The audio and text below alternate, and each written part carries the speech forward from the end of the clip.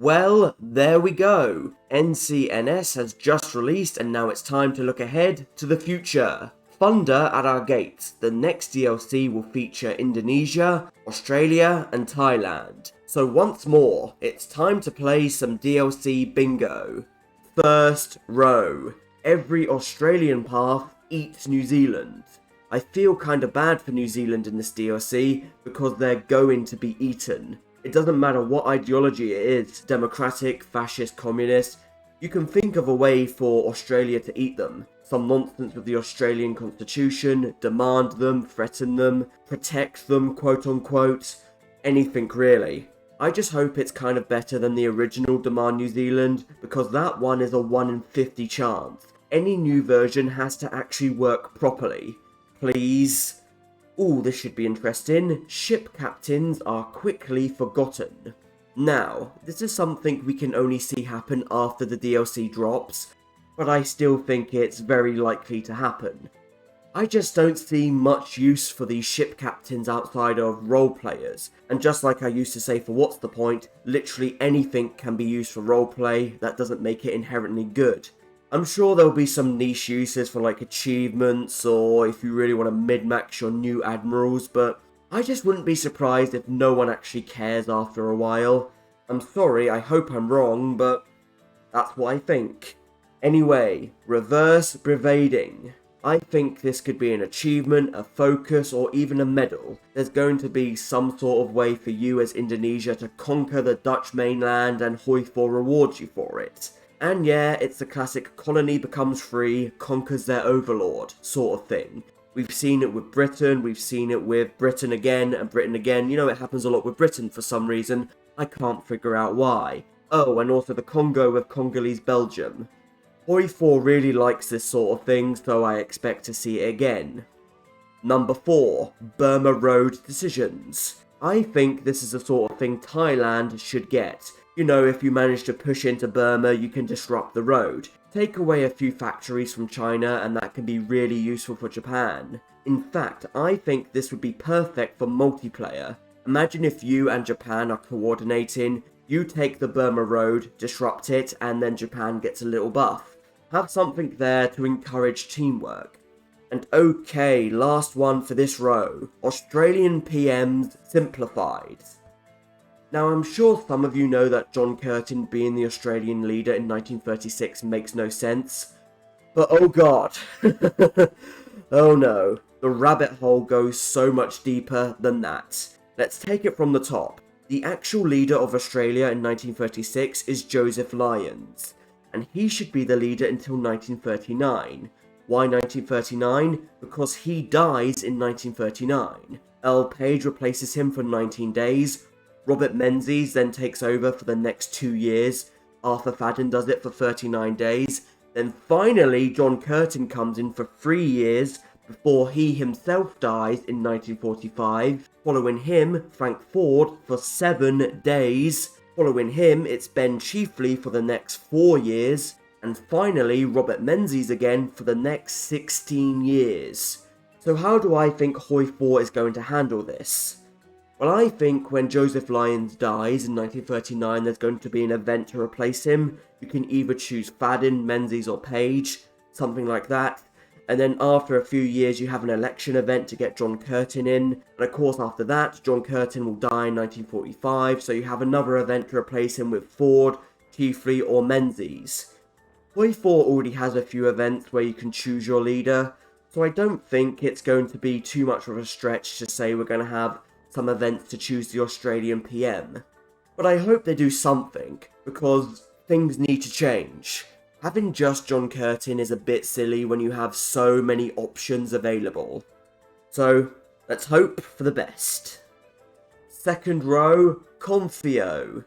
If you don't know, this is a rival to the United Nations that Indonesian President Sukarno made in the 60s, and it's the perfect sort of thing for HOI4 to include. I could easily see it being a faction, an organisation, some sort of thing, especially with the faction rework that's just come into the game. It is a bit nonsensical to do it 20 years before he actually founded it, but oh well. it fits HOI4 close enough for me. It's probably going to be in there as an alternative, non-aligned, or maybe even democratic path. It belongs in that sort of bubble, personally. Okay, now it's time for Border Conflicts Indochina. This is how I expect HOI4 to cover the Vichy-Thai war, because it's kind of complicated. If any country declares on Vichy, Vichy will join the Axis, so you can't really have that. So I think the only way they're going to cover it, if they're going to cover it at all, is via a border conflict in Indochina. If you win, you get a few states. If you lose, tough luck. But again, it just wouldn't surprise me at all if HOI4 just didn't include anything related to this. Oh, this one again. Dutch focus tree breaks. And no, I'm not talking about the decisions breaking like how it did a few months ago. I'm talking about curtailing colonial autonomy. It's so likely that somehow adding an Indonesian focus tree will somehow break this path. I just see it. Somehow it just breaks their autonomy system, somehow it breaks the ability to do the focus, somehow it breaks annexing them entirely. Not again. The Dutch focus tree has already had enough trouble recently. But you can hear it in my voice. I expect it to happen. So much. In lighter news, British Malaya broken up. British Malaya, as HOI4 presents it, didn't really exist. You had the Strait Settlements, the Federated Malay States, the Unfederated Malay States. So it makes more sense to be more historically accurate to break it up into a few more states. Something like that. And considering the DLC is based around Thailand, Indonesia, that sort of region, yeah, I could see it happening. Maybe they'll even get a secret little focus tree. Who knows, but ever since HOI4 added all of those puppets to the Middle East, I've been expecting something like this. And the big one for this row, Jack Lang. This guy is a character. Former Premier of New South Wales. He got removed as Premier by the Governor in 1932, he left and rejoined Labour multiple times, and so much more. He is the perfect candidate for an alternative democratic path. It's already pretty much written out for Paradox. He splits off again, does some programs, gets extra stability, less consumer goods, maybe adds some nonsense where he can get removed by the Governor General again, and there you have it, a perfect silly little democratic path. That would be nice. Do it, Paradox, let's see it. Third row, number 1, Releasables Hell. I talked about this last time when I still expected Indonesia, Thailand to be included in the previous DLC, so why not, let's talk about it again. Because there is so much potential for so many releasables in this update. Singapore, Borneo, Indonesia, Langfang, Bali, Banjar. Oh man, I can just imagine Indonesia completely exploding with so many releasables. It's a good thing HOI4 has been updated to handle so many nations existing, because an exploding Indonesia could lag the game so much. Although my condolences to you if your PC isn't that good, it still might lag the game a little bit for you. Alright. African Union, but Polynesia. This really belongs in a New Zealand rework, but is anyone actually expecting one? Maybe it will happen in this update, maybe it won't, but oh well, I'm going to talk about it anyway. If not New Zealand, I could easily see it being the communist path for Australia and Indonesia. Something where you become the protector of the Pacific and try to liberate all those colonies. Build up resistance, give them arms, they rise up and you demand their independence. It would be fine, it would be alright, and sure, why not? I don't hate the African Union, it's a bit tedious, but I kind of think Paradox should give it another go. Oh good, we've made it to the free space. Emus. Come on, it's an Australian update. There's going to be some sort of joke about emus, whether that's the Emu War, Rod Hull, anything really. And if you want a cop-out, you can consider the Weapons of the Third Emu War achievement to be this one. There we go. This one is interesting. Dutch West Papua. If you don't know, when Indonesia became independent, the Dutch actually held on to Dutch West Papua until I think 1963. So I don't know if HOI4 will remember that. I think they should. They could include some sort of mechanics to get them back, border conflicts, bribery, or just outright take them. But once more, it's another thing where, if they don't include it, would anyone be surprised? Most of you probably don't even know this was ever a thing, so who knows what Paradox knows. Finally, another thing for Thailand, the Ratakanosing Kingdom. So, this was basically Thailand until 1932 when a revolution replaced it with a constitutional monarchy, so I expect the Ratakanosing Kingdom will be the absolute monarchy path. The monarchy restores itself, restores the name and all of that stuff, and there you go. Fairly standard, it's just a monarchist path stuff, but yeah, should be fun. Maybe there'll be some decisions to get Laos, Cambodia and all of that stuff. I know Ratakanosin is also a formable, but I think Ratakanosin as a formable is going to be removed in this update because of Ratakanosin being the monarchist path. But of course, if you don't have the DLC, maybe not. Fourth row, Aboriginal Australians. If HOI4 can give Chile a native path, I think we can give the Aboriginals some love.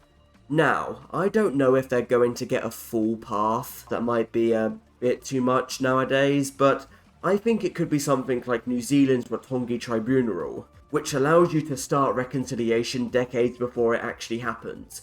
Maybe it'll give you some building slots, some recruitable population, maybe some bonuses to attack or defense, but this is one of the things that, yeah, it's a little bit premature, but no trouble, it's no matter. But you know what would be a problem? If Mill HQs are just another button. What I consider to be just another button would be like the MIOs. If I just have to click them a few times and just forget about them, that's not good. What I think should happen is that you actively have to manage the military HQ and where it is, where it's going, where it was, if it's safe, if it's not safe, and so on. You need to look after it. If you don't look after it, things go wrong. It should not be automatic. It shouldn't be one of those.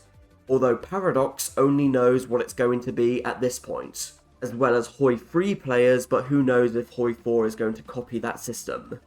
This one is a bit of a mouthful. Indonesian monarchs, sultans and companies. Yep, this is the worst spin-off of diners, drive-ins and dives ever. But never mind. But what do I mean by this? Well, even now Indonesia still technically has a lot of monarchs, sultans around, so I think HOI4 is going to represent that somehow. Maybe they'll do something like how Malaysia has rotating monarchs. Maybe once a year your monarch will change. Could be interesting. Maybe you'll have a decentralized path where you have a few puppets. Some of them are monarchs, some are sultans, some are republics. I don't know, but I hope it's not just a regular monarchy path.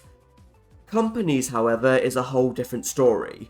I hope to God that HOI4 doesn't include the Dutch East India Company. But it says so much about HOI4 that we can't write this off. They might do it again. They might do it again. In lighter news, ASEAN Formable. This is the Association of Southeast Asian Nations. Did they add it in NCNS? I don't remember. If they did, I'm sorry. If they didn't, I think it will be in this update instead.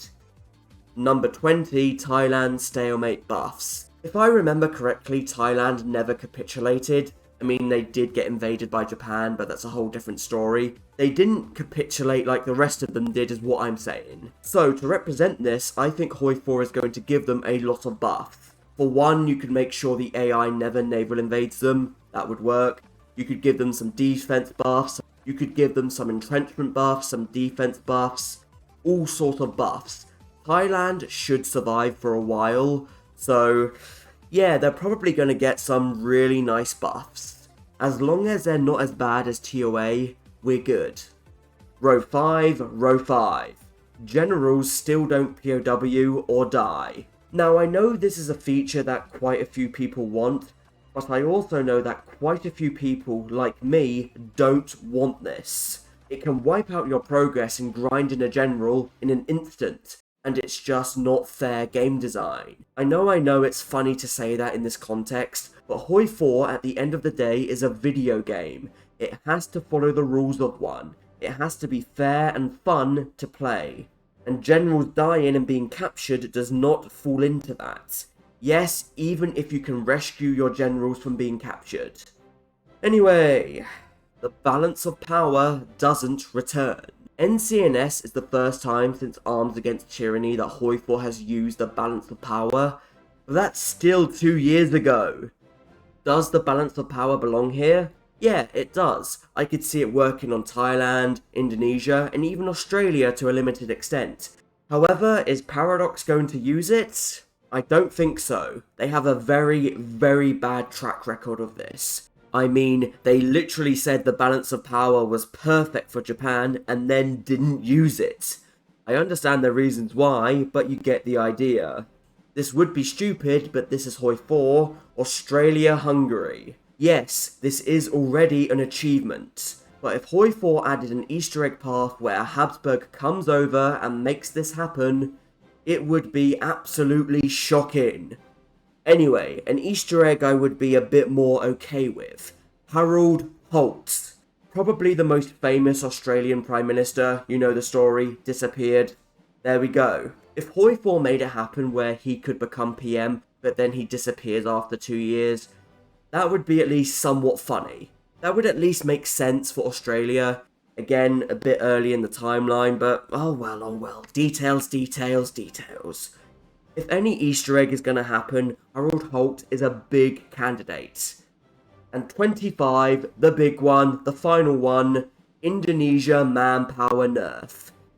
Yes, I did talk about this last time, but whatever. A nerf to using Indonesia's manpower is long overdue. We've used them for years and yeah, it's kind of overpowered, so this is probably going to be the time.